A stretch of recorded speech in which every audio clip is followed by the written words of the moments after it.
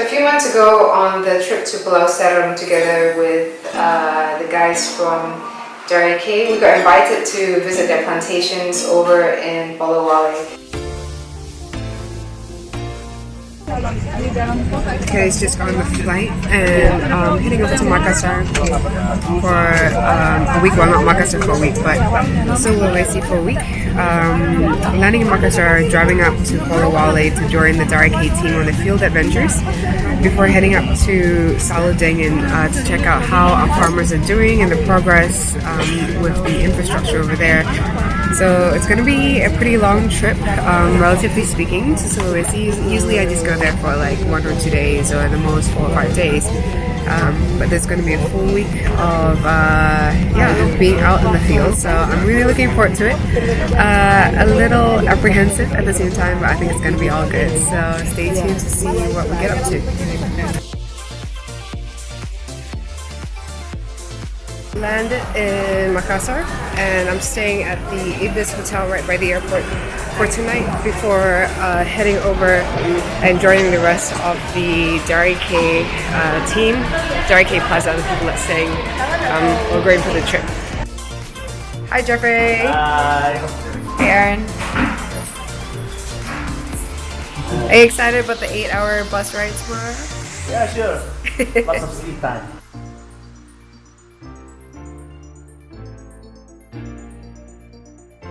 Good morning. We're waiting for a bus right now. So getting ready for the 8-hour trip over to Polowale from Makassar. The group's been split in two. These are the English-speaking crew, and then there's another group that's mainly people from Japan that is taking another bus. So yeah, full-on day, full of traveling today. So looking forward to that. And yeah, here we go. Not as big of a celebrity as you guys from Indo. What are you guys excited about? The 8 hours bus ride. So excited. So excited. So excited. You got your coffee to keep you awake too. You can't even sleep now. I can. I will.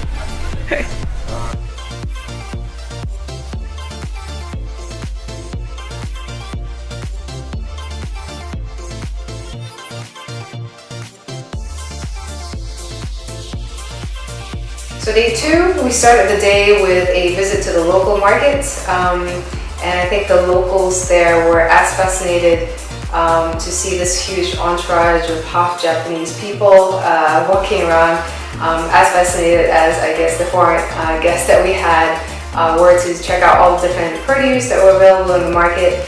And we ended the market tour with a visit to a local bean to bar factory called Mocha Chocolates.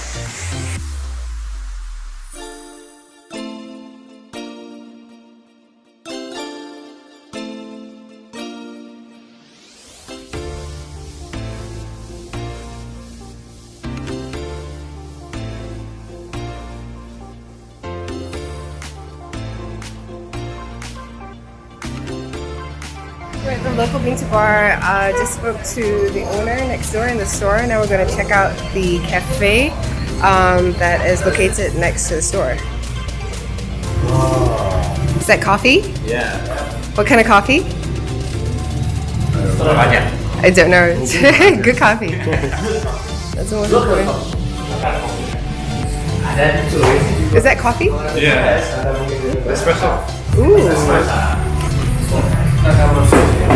Check out the factory behind. They've got a nice tempering machine. Don't know what that is actually. I think maybe tempering machine as well. And ball mill, grinder? I don't know. We'll figure it out soon. From the bean to bar place, we headed off to Dari K's fermentation and drying facility. The company buys mainly wet beans from the farmers around that area, and they ferment it in a big centralized location, and they also do the drying there as well. So good level of quality control overall, but they also buy part of the beans already dried and already fermented from the farmers that are a little bit further away from the fermentation station.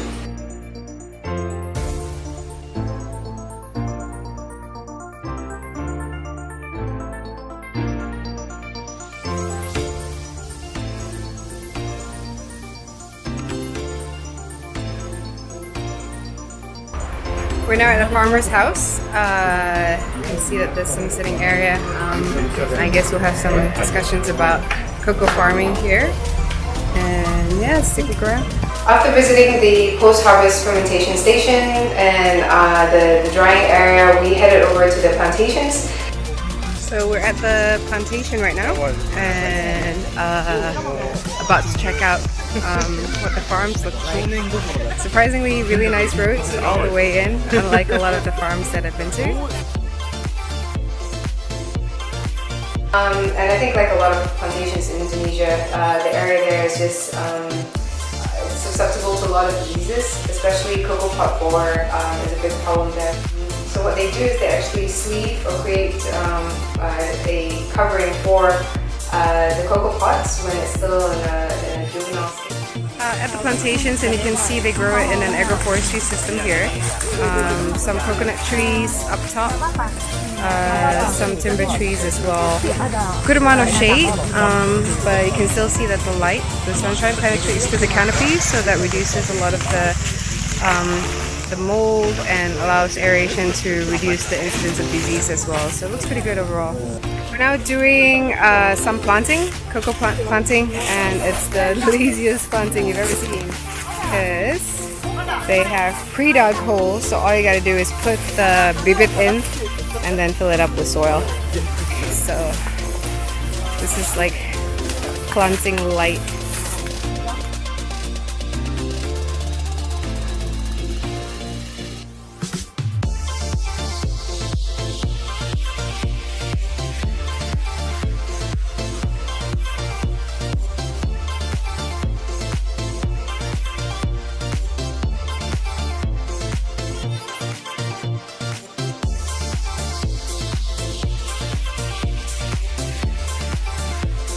Day 3, we started out with a visit to a school that was located next to the hotel that we're staying in, and the idea is that we're going to do a chocolate making session with the kids.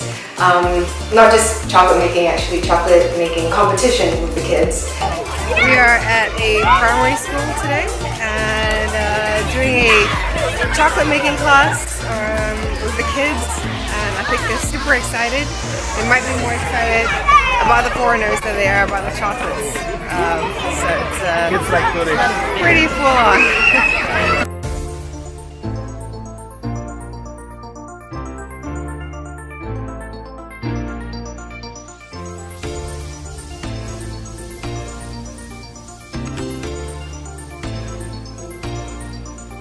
After the school, we headed to a local farming processing center. I guess not a cooperative, but an area where they educate and provide educational services to farmers.